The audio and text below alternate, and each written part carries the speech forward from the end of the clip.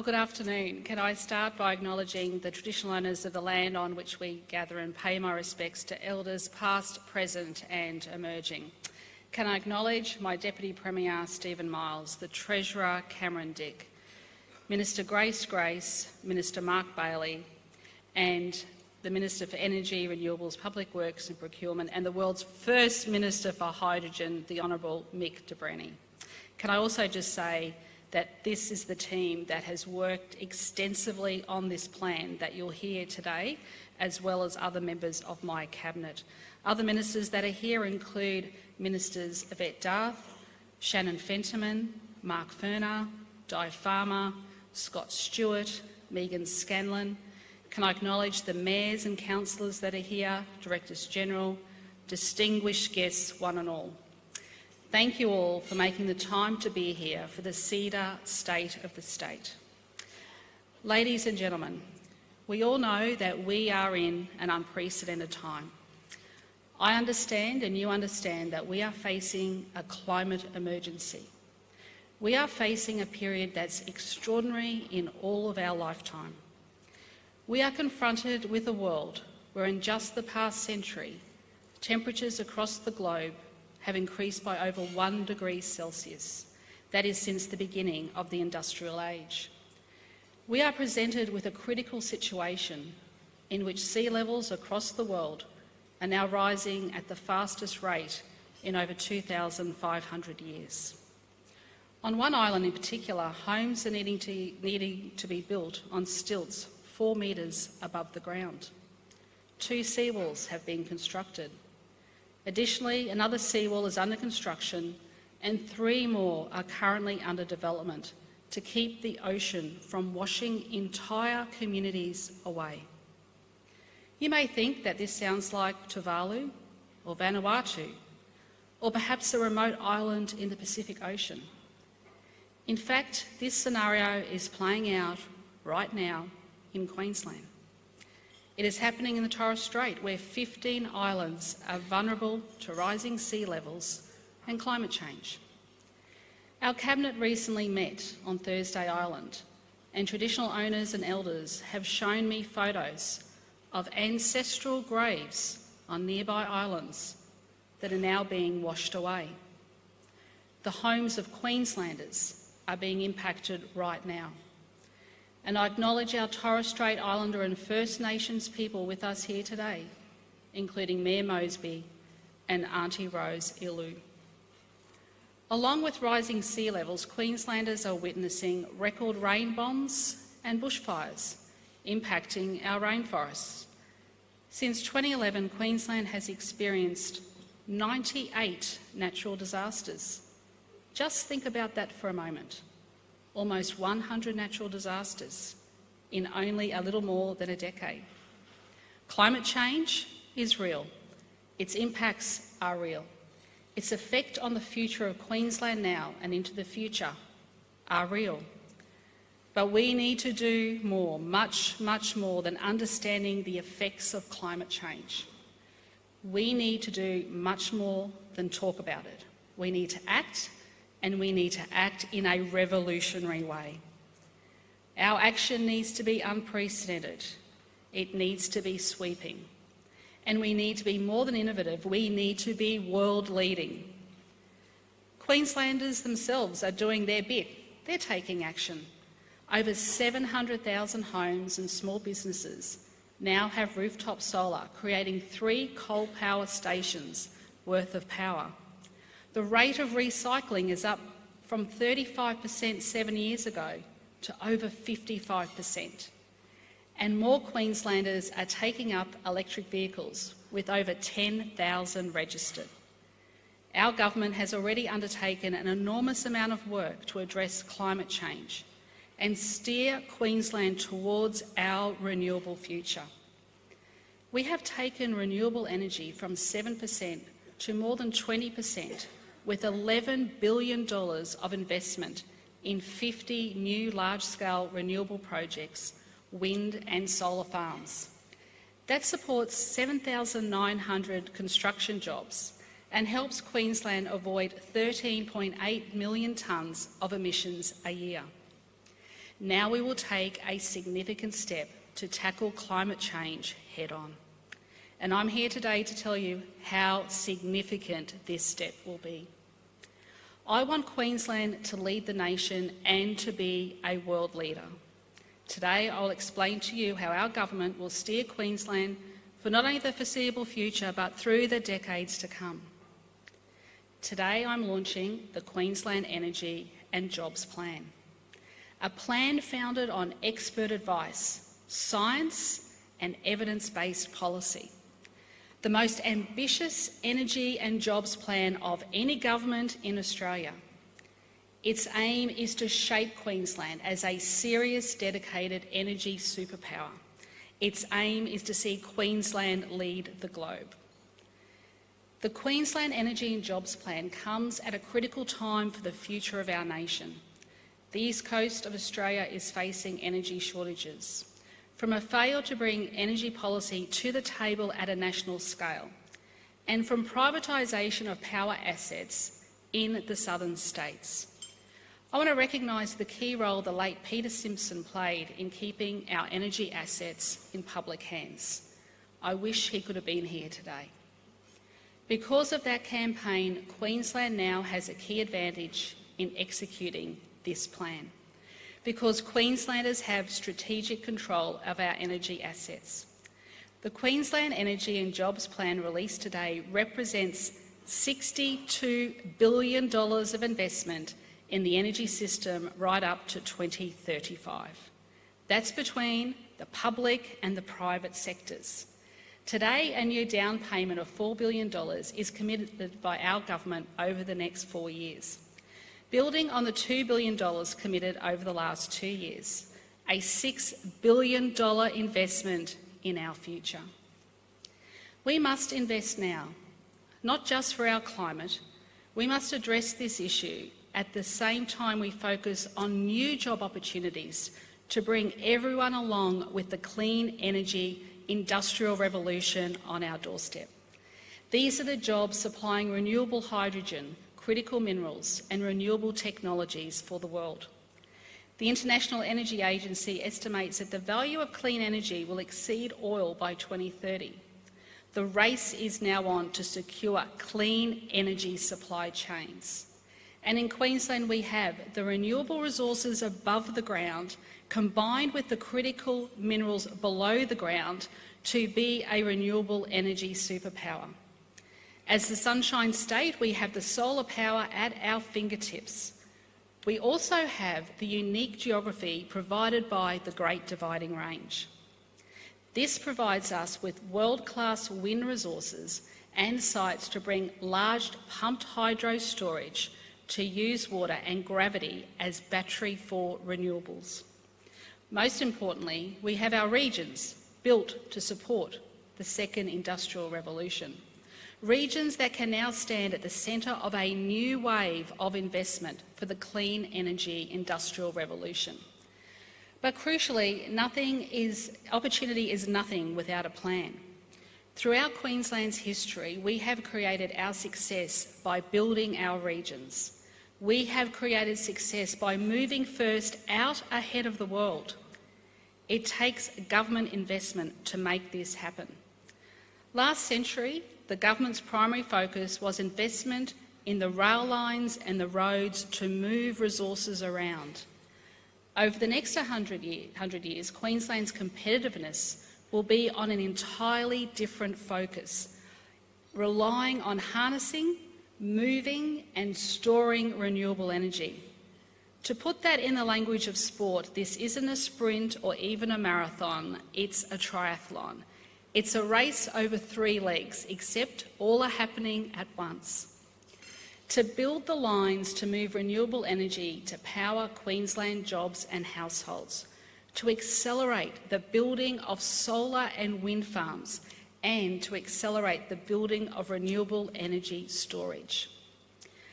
I ask you today, what do Denmark, Ireland and the United Kingdom and North Queensland have in common?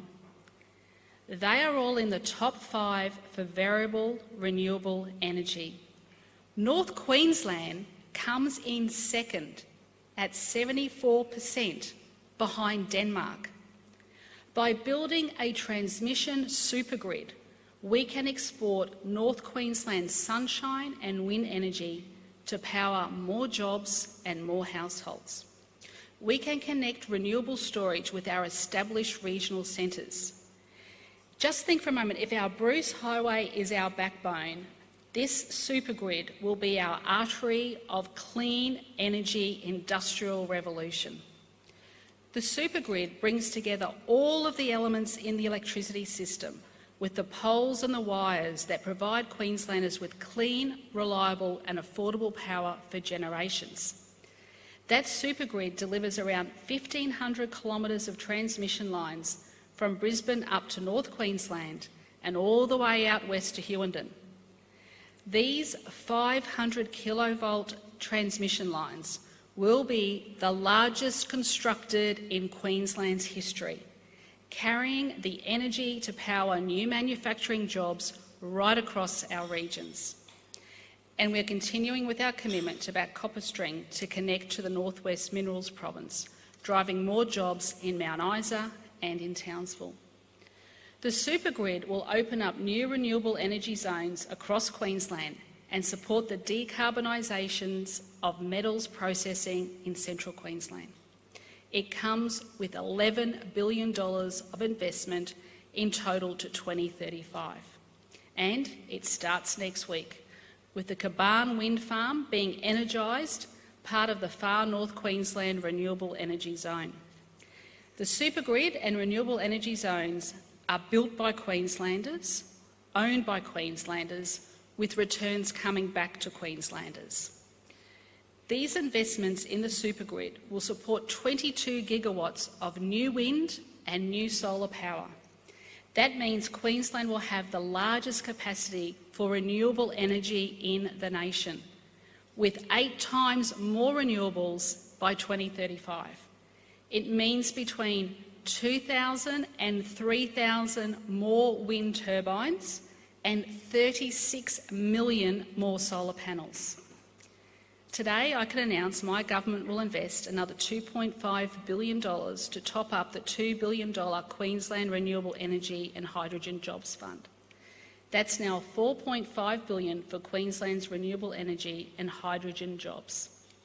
To maintain majority ownership, our government will deliver the majority of new power generation. This is just the beginning of this investment, supporting over 1,000 jobs, all starting over the next 2 years. And there's more to come. New investments from the fund include the Torong West Wind Farm I announced on Monday, the Banana Range Wind Farm near Billawheeler and the Boulder Creek Wind Farm out near Mount Morgan, a new battery at Swanbank Power Station and a new hydrogen-ready gas peaking power station at Kogan Creek. This project will provide power initially from gas, blended with hydrogen, with the future ability to use 100% renewable hydrogen. In total, there will be a demand for 3 gigawatts of firming from gas or renewable hydrogen over the period to 2035. Further system strength for this energy system will come from hydrogen electrolysers built for the export industry. There will also be another 3 gigawatts of grid-scale storage needed from batteries, with households and businesses expected to install a further 6 gigawatts of batteries. To support battery storage, the Energy and Jobs Plan commits $500 million for a procurement pipeline. That includes new flow battery technologies that can be made in Queensland with locally sourced minerals. Alongside these investments, the private sector will have over $17 billion of investment opportunities for new wind and solar farms. Friends, we can't reach net zero without storing renewable energy to make it reliable. Put simply, the sun sets and the wind dies down, and with climate change there'll be more unseasonal rain and other weather events that impact on the reliability of renewables. These events can last for days, and current battery technologies are not at scale. That's why more pumped hydro energy storage is needed. It is a technology confirmed by the CSIRO's analysis as a lower cost than gas and nuclear. The concept dates back to ancient Rome to capture the energy from water flowing downwards. Of course, today there's a bit more to it, using solar and wind energy to power a pump moving water uphill from a lower to an upper reservoir. That water is then released flowing back downhill through underground pipes to drive turbines, creating electricity when it is needed. The first will be at Barumba Pumped Hydro, located west of Gympie, with a target to complete the project by 2030. It will deliver 2 gigawatts of 24-hour storage, or for the majority of us who don't talk in gigawatts, stored renewable power for around 2 million homes. Today, I'm also announcing the second preferred pumped hydro site, 70 kilometres west of Mackay, for renewable energy storage. It will formally be known as the Pioneer Burdekin Pumped Hydro Project. I prefer to call it the Battery of the North. It will be the largest pumped hydro storage in the world, with 5 gigawatts of 24-hour storage and the potential for stage 1 to be completed by 2032. I would like you to picture that these combined projects would position Queensland's hydro storage as a percentage energy use above Europe, above China and the US. These are projects of national significance on a scale not seen since the construction of Snowy Hydro, bigger than Snowy Hydro. These two projects will support around 4,000 construction jobs a year over a decade, but that's only a fraction of the jobs. Each megawatt of pumped hydro energy storage unlocks investment in another 3 megawatts of wind and solar generation. That's because more renewable energy is needed to pump water uphill during the day, storing renewable power for when it's needed. Supporting around 21 gigawatts of renewables, or more than 150 new wind and solar farms. This major investment will massively lift our competitiveness for global investment in the broader economy. It's not just about supplying renewable energy, but also about supplying affordable and secure energy for local manufacturing jobs. Pumped hydro won't just move water to power Queensland, it provides reliable renewable power to move markets to Queensland, to set Queensland on a pathway for growth, a pathway for more jobs in more industries across our regional centres. There is a long way to go, but today marks the beginning. Both sites will be subject to rigorous environmental assessments, and we will work together with local governments and landholders. There will be no inundation of National Park for the Pioneer Burdekin Hydro. All impacted forest areas for the Barumba Hydro will be offset, and there will be further proposals for pumped hydro storage from the private sector. Our investment triathlon in the supergrid wind and solar farms and renewable storage now means we can set new renewable energy targets for Queensland. Today I can confirm that we will dramatically increase our targets. Our new targets will be 70% renewable energy by 2032 and 80% by 2035. These targets will be legislated. The plan I outlined today will deliver a 50% reduction in electricity sector emissions on 2005 levels by 2030 and 90% reduction in electricity emissions by 2035-36. Unlike the targets in other states and territories, these targets are backed by a comprehensive plan, with the infrastructure projects to store and transport reliable renewable energy. As Queensland expands additional renewable power and storage, existing coal-fired power stations will progressively become clean energy hubs from 2027. Infrastructure at the clean energy hubs will include continuing to use the large spinning turbines at the power stations to provide strength for the energy system to take more renewables. It will involve grid-scale batteries, gas and then later hydrogen power stations, and maintenance hubs for nearby government-owned renewable wind and solar farms. That means that these energy hubs will continue to contribute to regional economies. It means we are providing workers with opportunities to stay in their communities. These sites will continue to be critical to the future, just with different fuels, the sun, wind and hydrogen. This will be done in a measured way. We won't convert coal power stations until there is a replacement firmed generation. In 2027, there will be a new gas to hydrogen power station at Kogan Creek, additional battery storage, and more wind and solar generation. This will provide enough power to start a shift to seasonal operation. A quarter of generation units will then be converted when Barumba pumped hydro comes online, expected in 2030.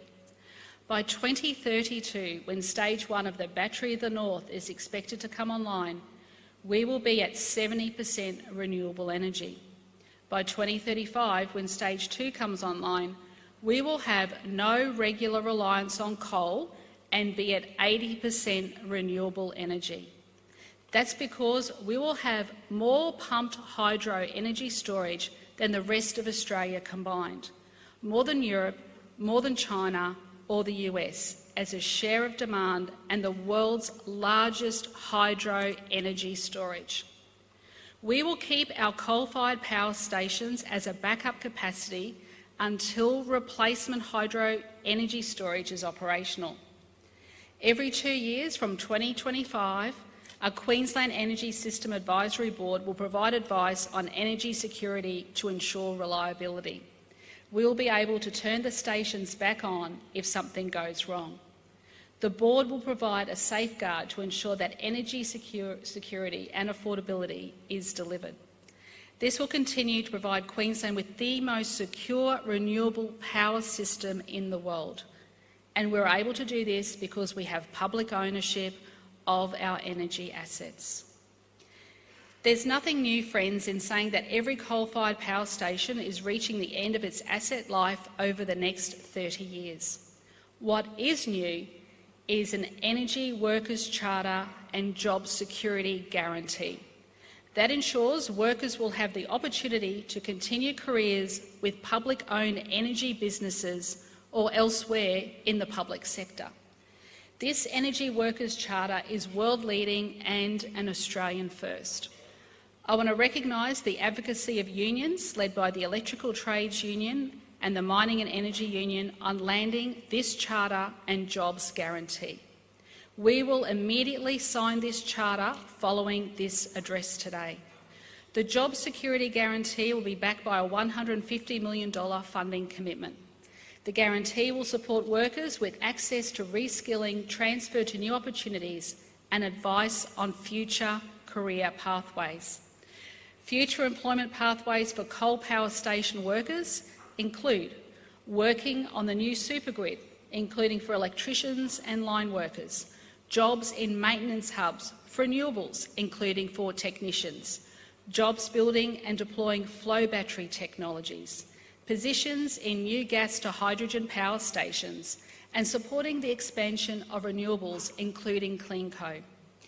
Under the Energy and Jobs Plan, there will be more job opportunities. Our government will ensure that workers have access to training and the opportunity to follow these new pathways.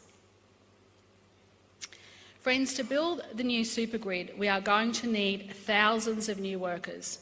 That's why we are building transmission and training hubs in Gladstone and in Townsville that will support 570 workers each year. That means more opportunities for local kids to develop skills locally and stay in their local communities. Our government will not leave workers behind, nor will we leave regional communities behind. That's why we will back local communities with a $200 million down payment to the Regional Economic Futures Fund. This fund will support work with local communities to develop regional economic future strategies for regions where existing coal plants are located, including in Biloela, Kingaroy, in Rockhampton, Gladstone and on the Darling Downs. In taking these steps, we will involve our communities. So we will sit down and work with these communities to build a stronger future. Supported and working with the federal government, my Cabinet will work also with local mayors on their priorities for each region. We will work to identify land for new manufacturing, agricultural and other economic opportunities. To further support local communities and workers, we will deliver a procurement policy and best practice industry conditions. We will now have the investment certainty to fabricate transmission towers in Queensland, build components for wind turbines and recycle and manufacture batteries. I welcome investors in this room today to join this conversation on how we can strengthen regional economies around this clean energy hubs. The Queensland Energy and Jobs Plan delivers the economic infrastructure that will set up our regions for future generations. It does that by supplying reliable, affordable and renewable energy. This is far more than just an energy plan, with 95% of investment in our regions. It's a plan that maps out the critical economic futures of our regions. It's a plan with the power to move markets and make Queensland the place to invest during the clean energy industrial revolution. It creates new internationally competitive manufacturing precincts in Cairns, Townsville, Mackay, Rockhampton, Gladstone, Bundaberg, Maryborough and Toowoomba. I want to see more jobs in more industries across every region in Queensland, providing the dignity of work, building a better future for our state, our country and our planet. Modelling by Ernst & Young estimates that the Queensland Energy and Jobs Plan will support nearly 100,000 more jobs. And crucially, over 70% of these direct jobs will be in regional Queensland. The modelling estimates that the plan will deliver average wholesale electricity prices of $56 a megawatt hour over the next decade. That makes our energy costs globally competitive, even before accounting for the premium markets pay for renewable energy. In total, Queensland's economy is expected to grow by an additional $25.7 billion from lower prices, green premiums, early access to renewables and growth in clean energy industries, including metals processing, critical minerals, green hydrogen and battery manufacturing. Friends, I totally understand that Queensland families are struggling with the cost of living, and this plan will also benefit households. Independent modelling confirms bills will be lower than without a plan. And right now we are taking $175 off household power bills through a cost of living rebate. To continue to support households to take up solar, more network batteries will be built to store solar energy for evening peak periods. The plan will further support Queenslanders to access electric vehicles with $42 million for more electric vehicle charging infrastructure across our state. This builds on our nation-leading electric vehicle superhighway of charging stations. The Queensland Energy and Jobs Plan is not just nation-leading, it is world-leading, and it positions Queensland on the global stage. It comes at the perfect time for the first climate-positive Olympic Games in 2032, making Queensland the topic of conversation in boardrooms alongside Paris and Los Angeles. To make all of this happen, it will take a collective effort and all Queenslanders working together, with the business community investing in more solar and wind farms because government can't do it all. Regional communities coming together with local expertise and ideas on how we can work together to build an even stronger economic future. with unions to support our workers to upskill, to find the new pathways, and with Queensland households continuing to support clean energy. Today is about more than merely recognising climate change and its effects. It is about more than talking about it. It's about more than setting targets without the vital infrastructure and innovation to meet those targets. Today is about being bold with an energy and jobs plan that has tangible aims and palpable outcomes. It is about changing the game. Action on climate change, action on our economy, action we can all take part in, and action we can all be proud of. Queensland, it's our time to shine. Thank you.